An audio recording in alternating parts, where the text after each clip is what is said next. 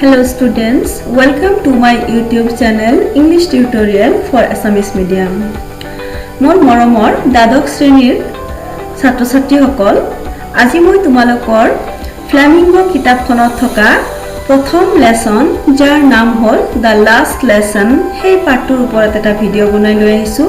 আশা কৰোঁ তোমালোকে ভিডিঅ'টো খুব মনোযোগেৰে চাবা আৰু অলপ হ'লে উপকৃত হ'বা। কিন্তু এই পাঠটো আমি আৰম্ভ কৰাৰ আগতে ইয়াৰ যিগৰাকী লিখক আলফন্স ডডেট তেখেতৰ বিষয়ে আমি দুইহানিমান জনাটো অতি প্ৰয়োজন। আলফন্স ডডেট আছিল এগৰাকী ফৰাচী ঔপন্যাসিক আৰু চুটিগল্পৰ লিখক। যিটো পাঠ আমি অধ্যয়ন কৰিবলৈ গৈ আছো দ্য লাষ্ট লেসন, এই লাষ্ট লেসনটো 1870 আৰু 71 খ্ৰীষ্টাব্দত যিটো ফ্ৰান্স আৰু প্ৰুছিয়া বাহিনীৰ মাজত যুদ্ধ হৈছিল সেই যুদ্ধৰ পটভূমিত লিখা আছিলে। যিটো যুদ্ধত ফৰাচী বাহিনী প্ৰুছিয়া বাহিনীৰ হাতত পৰাস্ত হৈছিল। যি প্ৰুছিয়া দেশৰ কথা ইয়াত উল্লেখ কৰা হৈছে সেই প্ৰুছিয়া দেশখন বৰ্তমান জাৰ্মানী, পোলেণ্ড আৰু অষ্ট্ৰিয়াৰ কিছু অংশলৈ গঠিত আছিলে। যেতিয়া সেই যুদ্ধত ফৰাচী বাহিনী পৰাস্ত হৈছিল তেতিয়া ফ্ৰান্সৰ দুখন জিলা আলছাছ আৰু লৰেইন এই জিলা দুটা প্ৰুছিয়া বাহিনীৰ হাতলৈ গুচি গৈছিল।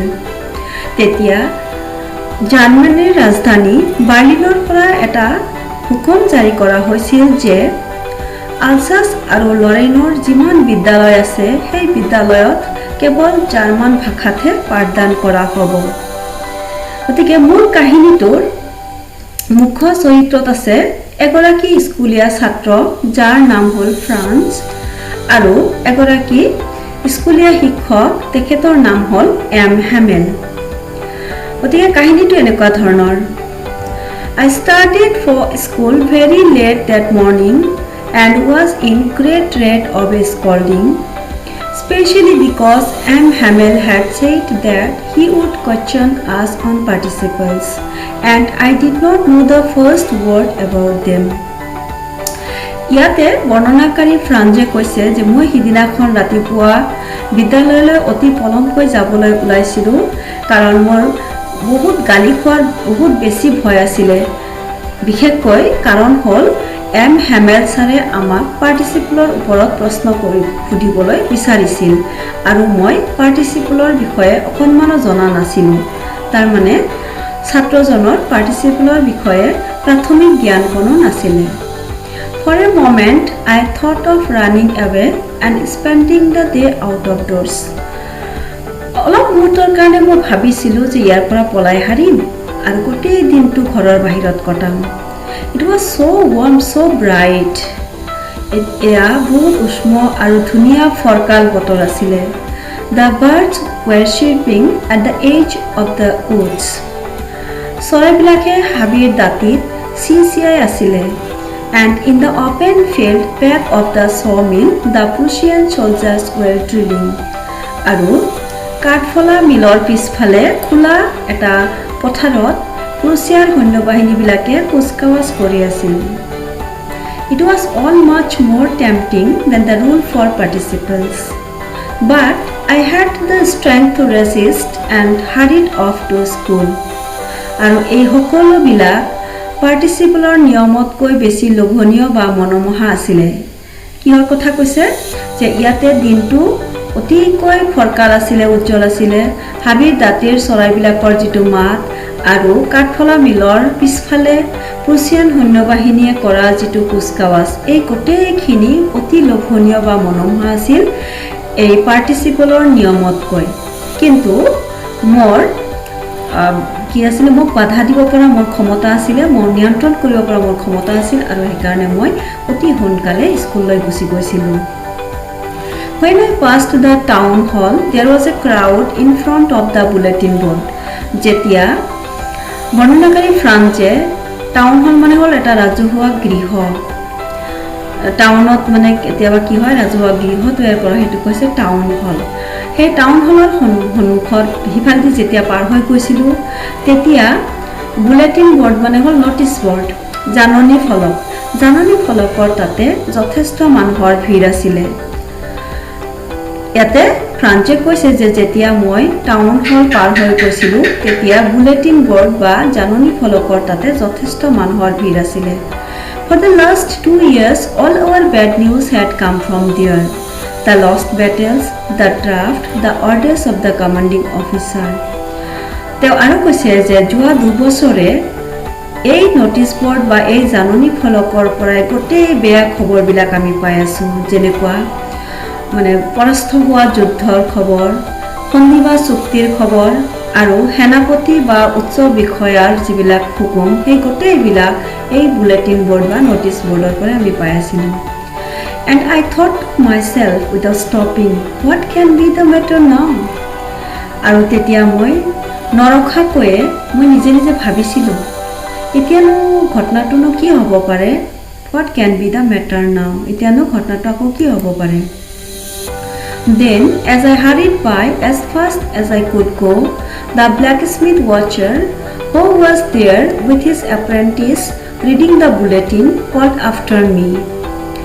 তেতিয়া মই যিমান সোনকালে পাৰোঁ সিমান সোনকালে যেতিয়া মই গৈ আছিলোঁ তেতিয়া ৱাচাৰ নামৰ যিজন কমাৰ আছিলে, যি কমাৰগৰাকী সেই নটিছ বৰ্ডৰ কাষত জাননী ফলকৰ কাষত তেওঁৰ এপ্ৰেণ্টিছ মানে হ'ল শিক্ষানবিছ বা ন-শিকাৰুগৰাকীৰ লগত এই ৱাচাৰ নামৰ ব্লেক স্মিথজনে কি কৰি আছিল? জাননী পঢ়ি আছিলে বা নটিছ পঢ়ি আছিলে। তেখেতে মোক পিছফালৰ পৰা মাত দিছিল, Don't go fast, boy. এইটো বয় হ'ব। You will get to your school in plenty of time. কৈছে যে সোনকালে নাযাবা ল'ৰা, তুমি স্কুল সময়মতে পাবৰ কাৰণে যথেষ্ট সময় আছে। I thought he was making fun of me and reached Hammel's little garden all out of breath. মই ভাবিছিলোঁ তেওঁ মোৰ লগত ধেমালিহে কৰিছে, কাৰণ মই ইতিমধ্যেই পলমকৈ ঘৰৰ পৰা ওলাইছিলোঁ। কিন্তু তথাপিও তেখেতে কৈছে ল'ৰা অতি সোনকালে নাযাবা, সময়মতে স্কুল গৈ পাবা। গতিকে তেওঁ ভাবিছিলে, ফ্ৰান্সে ভাবিছিলে, স্কুলীয়া ছাত্ৰজনে ভাবিছিলে যে সেই কমাৰজনে তেওঁৰ লগত ধেমালি কৰি আছে, আৰু সেইকাৰণে তেওঁ কি কৰিছিলে একেই উশাহতে গৈ শিক্ষক হেমেল ছাৰৰ বাগিচা পাইছিলগৈ। Usually when school began, there was a great bustle which could be heard out in the street. সাধাৰণতে যেতিয়া বিদ্যালয় আৰম্ভ হৈছিল তাত যথেষ্ট পৰিমাণে হুলস্থুল বা গণ্ডগোল হৈছিলে, যি হুলস্থুল বা গণ্ডগোল ৰাস্তাৰ পৰাই শুনা পোৱা গৈছিলে। The opening and closing of desks, lessons repeated in unison very loud, with our hands over our ears to understand better, and the teacher's great ruler rapping on the table. আৰু ইয়াতে যে কোৱা হৈছে যে বহুত হুলস্থুল হৈছিল, কিহৰ হুলস্থুল বা কিহৰ শব্দ? যে যেতিয়া ডেস্ক বেঞ্চবিলাক ওলোৱা সোমোৱা কৰা হৈছিল, টনা আজৰা কৰা হৈছিলে তাৰ শব্দ, আৰু যেতিয়া ছাত্ৰ ছাত্ৰীবিলাকে সমস্বৰে অতি জোৰে পাঠবিলাক আওৰাইছিল তাৰ শব্দ, আৰু সেই শব্দবিলাক ভালকৈ ইমান বেছি শব্দ হৈছিল যে ভালকৈ বুজাৰ কাৰণে তেওঁলোকে বা আমি সকলোৱে কাণত হাত দি থাকিব লগা হৈছিল। আৰু লগতে আছিলে শিক্ষকজনৰ যিটো ডাঙৰ এটা চিকনি আছিলে, সেই চিকনি দি তেওঁ টেবুলৰ ওপৰত কঢ়িয়াইছিল বা শব্দ কৰিছিল। এইটো ল'ৰা ছোৱালীবিলাকৰ দৃষ্টি আকৰ্ষণ কৰাৰ কাৰণে কৈছিল সেই শব্দ। এই গোটেই শব্দবিলাক বাহিৰৰ পৰা শুনা পোৱা গৈছিল। আকৌ কৈছোঁ মই কি কি শব্দ? এটা হ'ল ডেস্ক বেঞ্চ টনাটনি কৰাৰ শব্দ, আৰু এটা হ'ল সমস্বৰে গোটেই ল'ৰা ছোৱালীবিলাকে যেতিয়া পাঠ আওৰাইছিল তাৰ শব্দ, আৰু শিক্ষকজনে ল'ৰা ছোৱালীৰ দৃষ্টি আকৰ্ষণ কৰাৰ কাৰণে চেকনিৰে টেবুলৰ ওপৰত কৰা শব্দ। এই গোটেই শব্দবিলাক ৰাস্তাৰ পৰা শুনা পোৱা গৈছিল আনদিনাখন। But now it was also' still, কিন্তু এতিয়া এই গোটেইবিলাক একদম নীৰৱ। I had counted on the commotion to get to my desk without being seen. মই ভাবিছিলোঁ বা মই থিংকিং কৰিছিলোঁ যে এই হুলস্থুলৰ কথা, কমোশ্যন মানে হ'ল নইজ বা হুলস্থুল, যে এই হুলস্থুলৰ মাজত কোনেও নেদেখাকৈ মই মোৰ ডেস্কত গৈ বহিম। বাট of course that day everything had to be as quiet as Sunday morning. কিন্তু সিদিনাখন প্ৰত্যেকটো বস্তুৱে দেওবাৰ ৰাতিপুৱাৰ নিচিনা নিজান নিস্তব্ধ আছিলে। Through the window I saw my classmates already in their places. খিৰিকীৰে মই চাইছিলোঁ যে মোৰ সহপাঠীবিলাকে ইতিমধ্যে তেওঁলোকৰ স্থানত বহিছিলে। And M. Hamel walking up and down with his terrible iron ruler under his arm.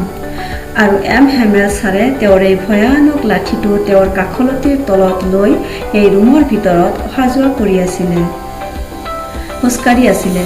I had to open the door and go in before everybody. মই কি কৰিব লগা হৈছিল? মই সকলোৰে সন্মুখত দৰজা খুলিব লগা হৈছিল আৰু ভিতৰত প্ৰৱেশ কৰিব লগা হৈছিল। You can imagine how I blushed and how frightened I was. আপোনালোকে ইমেজিন কৰক, কল্পনা কৰক মই কিমান যে লাজ পাইছিলোঁ, লাজত ৰঙচ হৈ গৈছিলোঁ। ব্লাষ্ট মানে লাজত বা খঙত ৰঙা পৰা। তো মই যে কেনেকুৱা ৰঙা পৰি কৈছিলোঁ আৰু মই যে কিমান ভয় খাইছিলোঁ সেইটো আপোনালোকে ভাবকচোন। But nothing happened. কিন্তু একো হোৱাই নাছিলে। M. Hamel saw me and said very kindly. ছাৰে মোক চাইছিলে, হেমেল ছাৰে, আৰু অতি দয়ালুভাৱে মোক কৈছিল, Go to your place quickly, little Franz. হে কণমানি ফ্ৰান্স, অতি সোনকালে তোমাৰ ঠাইলৈ যোৱা। We were beginning without you. আমি তোমাক নোহোৱাকৈয়ে আৰম্ভ কৰিবলৈ লৈছিলোঁ। তেতিয়া চোৱা, I jumped over the bench and sat down at my desk. ছাৰে যেতিয়া বহিব দিছিলে লগে লগে মই বেঞ্চৰ ওপৰেৰে জাপ মাৰি গৈছিলোঁ আৰু মোৰ ডেস্কত বহিছিলোঁ। Not till then, when I had got a little over my fright, did I see that our teacher had on his beautiful green coat his frilled shirt. এতে কোৱা হৈছে যে যেতিয়া মই ভয়ৰ পৰা অকণমান মোৰ ভয়টো কমিছিলে, ভয়টো কমাৰ লগে লগে মই যেতিয়া ছাৰক চাইছিলোঁ তেতিয়া দেখা পাইছিলোঁ সিদিনাখন ছাৰজনে তেওঁৰ ধুনীয়া সেউজীয়া কোট চোলা, হিজ ফ্ৰিল্ড শ্বাৰ্ট মানে হ'ল পতি লগোৱা চোলা, শ্বাৰ্ট চোলা, আৰু and the little black silk cape all embroidered, আৰু তেওঁৰ কলা ৰঙৰ ৰেচমি টুপি আছিলে যিটো নেকি গোটেইটো এম্ব্ৰইডাৰী বা ফুল গুঠা আছিলে। That he never wore except on inspection and prize days. আৰু যিটো পোচাক ছাৰে পিন্ধি আহিছিল সেই পোচাকটো তেখেতে পৰিদৰ্শন বা বঁটা বিতৰণিৰ দিনাৰ বাহিৰে, তাৰমানে স্পেচিয়েল কিছুমান অকেজনৰ বাহিৰে বা উৎসৱৰ বাহিৰে তেখেতে আন দিনাখন পিন্ধা নাছিলে। সেই বিশেষ সাজযোৰা তেওঁ আজি পিন্ধিছিলে। Besides, the whole school seemed so strange and solemn. তাৰোপৰি গোটেই স্কুলখন একেবাৰে অদ্ভুত আৰু গহীন যেন লাগিছিলে। But the thing that surprised me most was to see on the back benches that were always empty the village people sitting quietly like ourselves. কিন্তু আটাইতকৈ বেছি আচৰিতজনক কথা যিটোৱে মোক আচৰিত কৰিছিল সেয়া আছিলে পিছফালৰ বেঞ্চকেইটা, যিকেইটা বেঞ্চ সদায় খালী হৈ থাকে, সেই খালী হৈ থকা বেঞ্চকেইটাত গাঁৱলীয়া মানুহবিলাকে আমাৰ নিচিনাই, তাত ছাত্ৰ ছাত্ৰীৰ নিচিনাকৈ নীৰৱে বহি আছিল। তাৰ ভিতৰত আছিলে old Houser with his 3-cornered head, the former mayor, the former postmaster and several others besides. গাঁৱলীয়া মানুহবিলাকৰ ভিতৰত কেইটামান কোৱা হৈছে যে অল্ড হাউচাৰ, বুঢ়া হাউচাৰগৰাকী, তেখেতে পিনিকণীয়া এটা টুপি পিন্ধি আছিলে। প্ৰাক্তন মেয়ৰগৰাকী আৰু প্ৰাক্তন পোষ্টমাষ্টাৰ আৰু তাৰ উপৰিও কিছুমান মানুহ, মানে গাঁৱৰ গণ্যমান্য বা জ্যেষ্ঠ ব্যক্তিবিলাকে আহি শ্ৰেণীকোঠাৰ পিছফালে থকা খালী বেঞ্চবিলাকত ছাত্ৰ ছাত্ৰীৰ নিচিনাকৈ বহি আছিল নীৰৱে। এভৰিবডি লুকড স্যাড, সকলোকে দেখাত দুখিত যেন লাগিছিল। And Hauser had brought an old primer thumbed at the edges, and he held it open on his knees with his great spectacles lying across the pages. আৰু হাউচাৰজন তেখেতে কি কৰিছিলে, এটা পুৰণা আদিপাঠ বা কুঁহিপাঠ, তেখেতে যিটো কুঁহিপাঠৰ নেকি পৃষ্ঠাৰ ছাইডবিলাক একেবাৰে নষ্ট হৈ গৈছিল, সেয়া তেওঁৰ আঁঠুৰ ওপৰত মেলি লৈছিলে আৰু তেখেতে চশমা পিন্ধি তাৰ পৃষ্ঠাৰ ওপৰত চকু ফুৰাই আছিলে। While I was wondering about it all, M. Hamel mounted his chair, and in the same grave and gentle tone which he had used to me said, কৈছে যেতিয়া মই এই যে যিবিলাক স্কুলৰ যিটো পৰিৱেশ, ছাৰৰ যিটো পোচাক, গাঁৱলীয়া মানুহৰ শ্ৰেণীকোঠাৰ উপস্থিতি ইত্যাদি কথাবিলাকৰ ভাবি পেলাই মই আচৰিত হৈ আছিলোঁ। সেইখিনি সময়তে দেখিছিলোঁ যে ছাৰে তেখেতে চকীখনৰ ওপৰত বহি পৰিছিল আৰু তেখেতে মোক যিদৰে গহীনভাৱে আৰু নম্ৰভাৱে মোক মাতিছিল, ঠিক তেনেকুৱা গহীন আৰু নম্ৰ সুৰত তেখেতে কৈছিল, "My children, this is the last lesson I shall give you." হে মোৰ মৰমৰ ল'ৰা ছোৱালীসকল, মই যিটো পাঠ আজি তোমালোকক শিকাম সেয়াই হ'ব মোৰ অন্তিম পাঠ। The order has come from Berlin to teach only German in the schools of Alsace and Lorraine. তেখেতে আৰু কৈছিলে যে জাৰ্মানৰ ৰাজধানী বাৰ্লিনৰ পৰা এটা অৰ্ডাৰ বা হুকুম আহিছে যে আলছাছ আৰু লৰেইনৰ স্কুলবিলাকত কেৱল জাৰ্মান ভাষাতহে শিকোৱা হ'ব। The new master comes tomorrow. অহাকালি নতুন শিক্ষক আহিব। This is your last French lesson. I want you to be very attentive. আৰু কৈছে যে এয়া হ'ল তোমাৰ ফৰাচী ভাষাৰ অন্তিম পাঠ আৰু সেইকাৰণে মই ভাবোঁ তোমালোকে সকলোৱে বৰ এটেণ্টিভ মানে মনোযোগ দিবা, খুব মনোযোগী হ'বা। What a thunder clap these words were to me. যেতিয়া ছাৰে এই কথাখিনি কৈছিলে যে এয়া হ'ব লাষ্ট লেচন ফৰাচী ভাষাৰ আৰু অহাকালি নতুন শিক্ষক আহিব আৰু এই আলছাছ আৰু লৰেইন জিলা দুখনৰ যিমান স্কুল আছে তাত ফৰাচী ভাষাৰ পৰিৱৰ্তে জাৰ্মান ভাষাতহে শিক্ষাদান কৰা হ'ব। এই কথাখিনি ফ্ৰান্সৰ মনত একেবাৰে বজ্ৰপাতৰ দৰে বাজি উঠিছিলে। Oh, the wretches. That was what they had put up at the town hall. তেতিয়া তেওঁ কৈছে, Oh, the wretches, হে দুৰ্ভগীয়া, unfortunate, wretches মানে হ'ল unfortunate, হে দুৰ্ভগীয়া। তেওঁলোকক নিজকে দুৰ্ভগীয়া বুলি কৈছে কাৰণ যে হয় সেইটোৱে তেওঁলোকে তাতে কি কৰিছিল, সেই টাউন হল বা ৰাজহুৱা গৃহটো তেওঁলোকে সেই নটিছটোহে আঁৰিছিল। এই কথাখিনি তেওঁ বুজি পাই বৰ দুখ পাইছিলে। তাৰপিছত কৈছে my last French lesson, কৈছে তেওঁ নিজে আওৰাই আছে ফ্ৰান্সে, মোৰ ফৰাচী ভাষাৰ অন্তিম পাঠ। Why? কিয়? I hardly knew how to write. মই ভালকৈ শিকাই নাই কেনেকৈ লিখিব লাগে। I should never learn anymore. মই আৰু কেতিয়াও শিকিব নোৱাৰিম। I must stop there and then. মই তৎক্ষণাত এইবিলাক মানে কি বন্ধ কৰিব লাগিব, মই আৰু শিকিব নোৱাৰিম, মোৰ শিক্ষাটো ইয়াতে অন্ত পেলাব লাগিব। Oh, how sorry I was for not learning my lessons, for seeking birds' eggs or going sliding on the sand. আৰু তেতিয়া কৈছে মই যে কিমান দুখিত আছিলোঁ মোৰ পাঠবিলাক সময়ত নপঢ়াৰ কাৰণে, আৰু তাৰ পৰিৱৰ্তে মই চৰাইৰ কণী বিচাৰি গৈছিলোঁ আৰু নহ'লে কেতিয়াবা চাৰ নদীৰ পাৰৰ বালিত মই পিছল খেলিছিলোঁ। পঢ়া বাদ দি যেতিয়া মই এইবিলাক কৰিছিলোঁ তাৰ কাৰণে মই আজি সঁচাকৈ বৰ দুখিত। My books that had seemed such a nuisance a while ago, so heavy to carry, my grammar and my history of the saints were old friends now that I couldn't give up. আৰু লগতে কৈছে যে মোৰ কিতাপ, যিবিলাক কিতাপ অলপ সময় আগতে মোৰ বিৰক্তিকৰ আছিলে, নুইচেঞ্চ মানে বিৰক্তিদায়ক, ভাল নলগা, যে যিবিলাক নেকি ট্ৰাভেল চাম বা বিৰক্তিদায়ক আছিলে অকণমান আগত, কঢ়িয়াই লৈ ফুৰিবলৈ গধুৰ যেন লাগিছিল মোৰ ব্যাকৰণৰ কিতাপ আৰু মহাপুৰুষবিলাকৰ যিবিলাক বুৰঞ্জী বা ইতিহাস, সেইবিলাক কিতাপ মোৰ অকণমান আগতে বিৰক্তি দিছিলে কিতাপবিলাকে আৰু কঢ়িয়াই লৈ ফুৰিবৰ কাৰণে মোৰ বহুত গধুৰ যেন লাগিছিল। সেইবিলাক হ'ল বৰ্তমানৰ মোৰ পুৰণা বন্ধু, যাক মই কেতিয়াও এৰি দিব নোৱাৰোঁ। এণ্ড এম হেমেল টু, আৰু তেওঁ হেমেল ছাৰৰ বিষয়েও ভাবিছিলে। The idea that he was going away, that I should never see him again, made me forget all about his ruler and how cranky he was. আৰু ইয়াতে তেওঁ কৈছে যে সেই ধাৰণাটো যে ছাৰ গুচি যাব, ছাৰক আৰু কেতিয়াও দেখা নাপাম, এই গোটেইবিলাকে সেই ধাৰণাবিলাকে মোক তেওঁ দিয়া চিকনিৰ কোবৰ কথা মোক পাহৰাই দিছিল, আৰু তেওঁ যে কিমান খঙাল আছিল সেই গোটেইবিলাক কথা মই পাহৰি গৈছিলোঁ। গতিকে আজিলৈ এইখিনিলৈকে থাকক। ইয়াৰ নেক্সট পাৰ্টটো মই পিছত আপলোড কৰিম। আজিলৈ ইয়াতে পাৰ্টটো সামৰিছোঁ। ধন্যবাদ।